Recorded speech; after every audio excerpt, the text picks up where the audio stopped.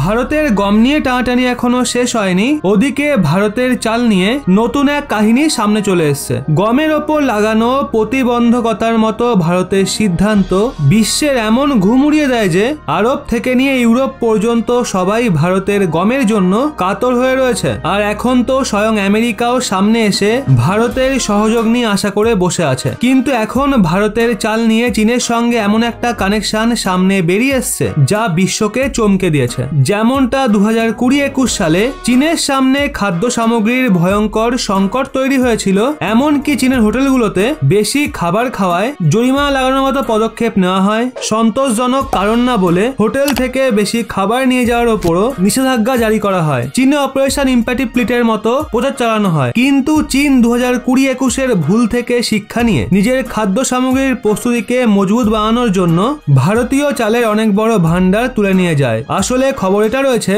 চীন গত 18 মাসে ভারতের ভাঙা চালের সবচেয়ে বড় ক্রেতা হয়ে যায়। এমনকি চীন গত 18 মাসে ভারতের এত চাল কেনে যে গোটা আফ্রিকাতেও ভারতের অত চাল রপ্তানি হয় না। বলে দিই, গোটা বিশ্বে ভারত চালের সবচেয়ে বড় উৎপাদক, আর গোটা বিশ্বে চালের রপ্তানিতে ভারতের 26% অংশীদারিত্ব রয়েছে।